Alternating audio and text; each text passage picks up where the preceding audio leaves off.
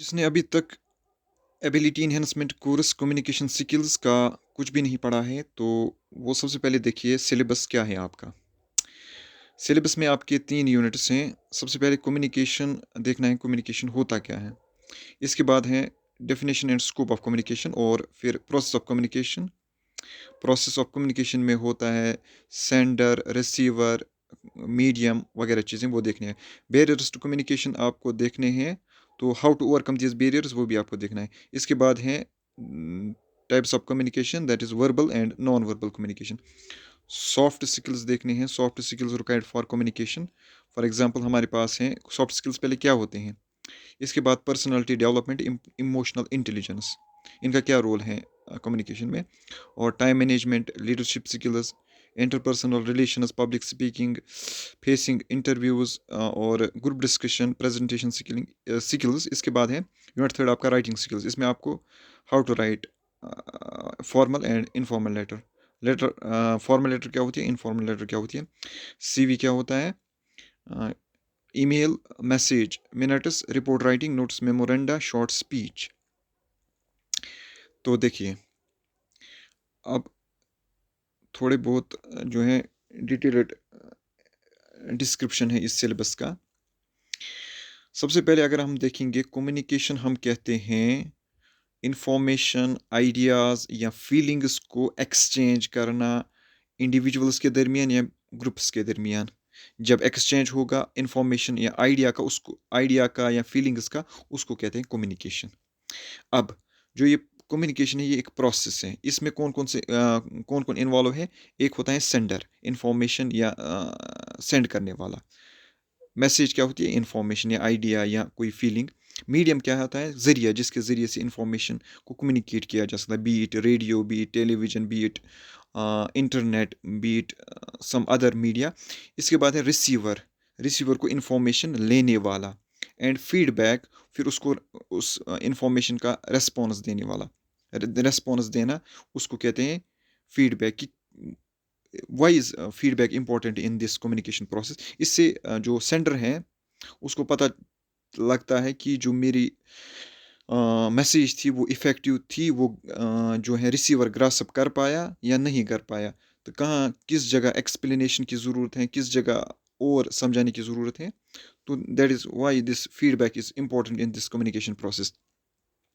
अब बहुत सारे बैरियर्स हैं कम्युनिकेशन के। सबसे पहले हैं सिमेटिक या जिनको हम लिंग्विस्टिक बैरियर्स कहते हैं। लिंग्विस्टिक बैरियर्स, अब लिंग्विस्टिक बैरियर्स क्या होता है। लिंग्विस्टिक बैरियर जाहिर सी बात है लैंग्वेज के रिलेटेड। जब कोई due to the language problem कोई अंडरस्टैंड अच्छे तरीके से नहीं करा सकता है या कर सकता है, किसी की लैंग्वेज को अंडरस्टैंड नहीं कर पाता है, तो अनक्लियर होता है या मिसअंडरस्टैंडिंग होती है लैंग्वेज के ज़रिए से, उसको कहते हैं दिस लिंग्विस्टिक बैरियर्स। क्योंकि जब लैंग्वेज डिफरेंस होगी तो जो कम्युनिकेटर एक लैंग्वेज में, रिसीवर को वो लैंग्वेज समझ नहीं आएगी, या कोई और इसमें एग्जांपल आप ले सकते हैं। इसके बाद है फिजिकल बैरियर्स में नॉइस की वजह से हम पूरी तरह से मैसेज को सुन नहीं पाते हैं, ये एक हिंड्रेंस बनता है, एक बैरियर बनता है। या डिस्टेंस, अगर कोई फार फ्लंग एरिया में रहता है तो हम अच्छी तरीके से उसको या उसके उस तक कम्युनिकेशन करना थोड़ा बहुत मुश्किल होता है, या उसे वो कम्युनिकेट नहीं कर पाता है, उसे इंफॉर्मेशन जल्दी जल्दी से हासिल नहीं होती है। तो इसके बाद है साइकोलॉजिकल बैरियर्स। इसमें आता है stress, emotions, mental state affecting communication. देखिए अगर कोई मेंटली अनसाउंड होता है तो दैट मीन्स जो हम उसको समझाने की कोशिश करते हैं या स्ट्रेस में होता है या किसी और वजह से, तो वो ये उस इंफॉर्मेशन को अंडरस्टैंड नहीं कर पाता है, उस अप्लाई नहीं कर पाता है। तो these are psychological barriers. Socio cultural barriers में अगर आप देखेंगे कल्चरल डिफरेंसेस हैं या सोशल बयासेस हैं। कल्चरल डिफरेंसेस मतलब अम, हमारा एक अलग कल्चर है, दूसरे का अलग कल्चर है, तो उनको हमारी कल्चरल एलिमेंट समझ नहीं आते हैं, हमारा वे ऑफ कम्युनिकेशन उनको समझ नहीं आता है। ठीक। सोशल बयासेस, देखिए हम किसी ग्रुप को या किसी सोसाइटी को इन्फीरियर या सुपीरियर कंसिडर करते हैं, तो ये एक आई कैन से दैट एक बैरियर बन जाता है इन द कम्युनिकेशन प्रोसेस में। How to overcome these barriers? सबसे पहले इफेक्टिव लिसनिंग, एम्पैथी, अपने आप को उस पर्सन की जगह कंसिडर करना जिस तक आप पहुंचा रहे हो। तो that means in a better way, आप अगर आप उस तरीके से कम्युनिकेशन करोगे, जब आप अपने आप को उस जगह कंसिडर करोगे रिसीवर की जगह, कि अगर मैं रिसीवर की जगह होता तो मैं किस तरीके से मेरे तक अच्छे तरीके से ये बात पहुंच पाती। यूजिंग क्लियर लैंग्वेज एक और है, and being mindful of the environment, environment से आगाह होना। ठीक, हर एक इन्वायरमेंट से आगाह होना, और जिस तक मैं अपनी इंफॉर्मेशन सेंड कर रहा हूँ उसका जो कल्चरल बाकी फैक्टर्स हैं उनको देखना। तो इन चीज़ों को मद्देनज़र रखते हुए हम जो कम्युनिकेशन बैरियर्स हैं उनको हटा सकते हैं, उनको दूर कर सकते हैं। अब वर्बल कम्युनिकेशन क्या होती है? वर्बल और नॉन वर्बल। वर्बल जो है स्पोकन या रिटन वर्ड्स में जो कम्युनिकेशन की जाए उसे कहते हैं वर्बल कम्युनिकेशन। अब with the help of gestures, body language, facial expressions या टोन ऑफ वॉइस के जरिए से जो कम्युनिकेशन की जाती है उसको नॉन वर्बल कम्युनिकेशन किया। दोनों चीज़ें ज़रूरी हैं, वर्बल भी या नॉन वर्बल भी, क्योंकि अगर साइमल्टेनियसली हम दोनों चीज़ों को इस्तेमाल करेंगे तो हमारी जो कम्युनिकेशन है वो इफेक्टिव बनती है। अब हमारे पास है सॉफ्ट स्किल्स होते क्या है? सॉफ्ट स्किल्स होते हैं personal attributes, personal characteristics, personal attributes हम कहेंगे, जिनके ज़रिए से जो है इंटरेक्शन या कम्युनिकेशन या कोई और वर्क जो है वो इन्हेंस होती है। ये वी कैन से सिंपली ये पर्सनल क्वालिटीज़ हैं जो कम्युनिकेशन को इफ़ेक्टिव बनाते हैं, जो जिससे कम्युनिकेशन आसान होती है, जिनसे कम्युनिकेशन बड़ी अच्छी होती है। तो ये फ़ायदेमंद साबित होती है in the process of communication, एक कम्युनिकेटर एज़ अ कम्युनिकेटर या एज़ अ रिसीवर। शाबाश। सबसे पहले होती है इसके बाद पर्सनैलिटी डेवलपमेंट या इमोशनल इंटेलिजेंस। तो पर्सनैलिटी के बहुत सारे एट्रीब्यूट्स हैं, फिजिकल, इमोशनल, साइकोलॉजिकल। जब हम इन सारे एट्रीब्यूट्स को डेवलप करेंगे, उन सारे को इन्हेंस करेंगे, इन सारे एस्पेक्ट्स पर काम करेंगे, तो हमारी जो पर्सनैलिटी है वो डेवलप हो जाएगी। तो पर्सनैलिटी डेवलप करने के बहुत सारे तरीके हैं। इसी तरीके से इमोशनल इंटेलिजेंस, इमोशनल इंटेलिजेंस यहाँ पर्सनैलिटी डेवलपमेंट में क्या आते हैं? सेल्फ अवेयरनेस होती है अपनी आप की, जैसे जैसे हम सेल्फ अवेयरनेस अपनी जो है अपनी पॉजिटिव्स और अपने नेगेटिव्स, अपनी कैपेसिटीज़ कैपेबिलिटीज़ या अपनी आप की जानकारी होना, अपनी इमोशंस पर काबू पाना। ठीक, do right thing at the right time, use right emotion at right place, अपने इमोशन का सही इस्तेमाल करना। तो सेल्फ रेगुलेशन है अपने आप पर काबू पाना, कि अनवांटेड थिंग्स या जो नुकसानदेह चीज़ें हैं उनसे दूर रहना।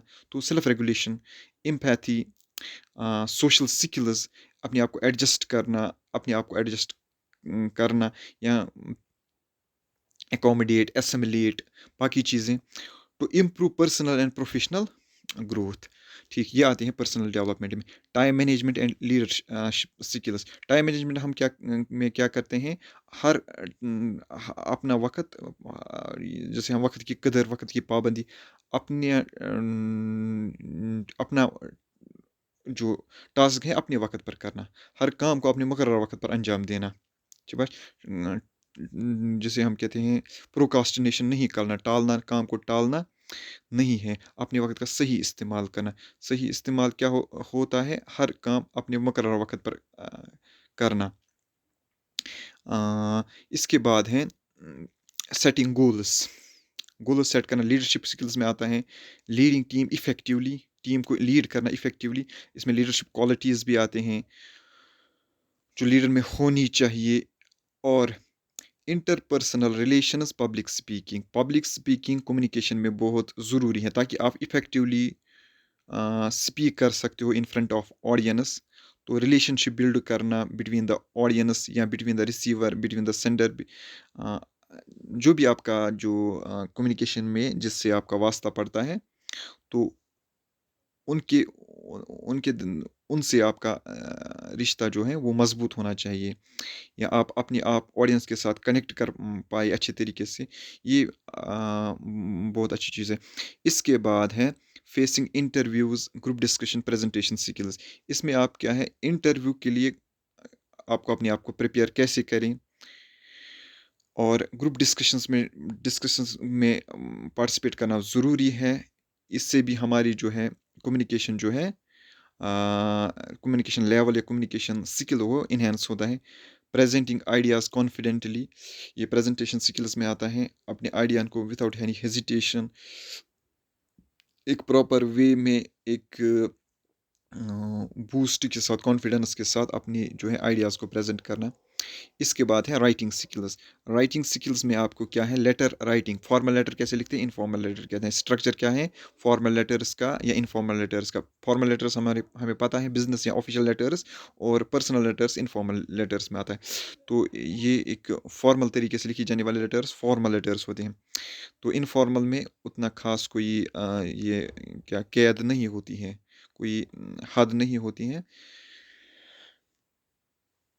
तो फॉर्मल लेटर्स में ज़ाहिर सी बात है फॉर्मल लैंग्वेज का हम इस्तेमाल करते हैं, रेपुटेशन का ख्याल रखा जाता है, ठीक। इसके बाद सीवी, ईमेल, मैसेज, क्राफ्टिंग ए पर्सनल सीवी। सीवी में क्या क्या नेसेसिटीज़ हैं, सीवी में कौन कौन सी चीज़ें होनी चाहिए, वो आप देखेंगे। इसके बाद राइटिंग क्लियर ईमेल्स, ईमेल्स को क्लियरली लिखना, और ईमेल के कितने पार्ट्स होते हैं, ईमेल एड्रेस क्या होता है, बाकी चीज़ें ये सब कुछ पता होना चाहिए। डोमेन क्या होता है, मैसेज, कॉन्साइज मैसेज। इसके बाद है मिनट्स और report writing. Writing accurate meeting minutes and detailed reports. इसके बाद है नोटिस और memoranda, creating official notice and internal memos. Short speech में आते हैं structure and delivering brief speeches effectively.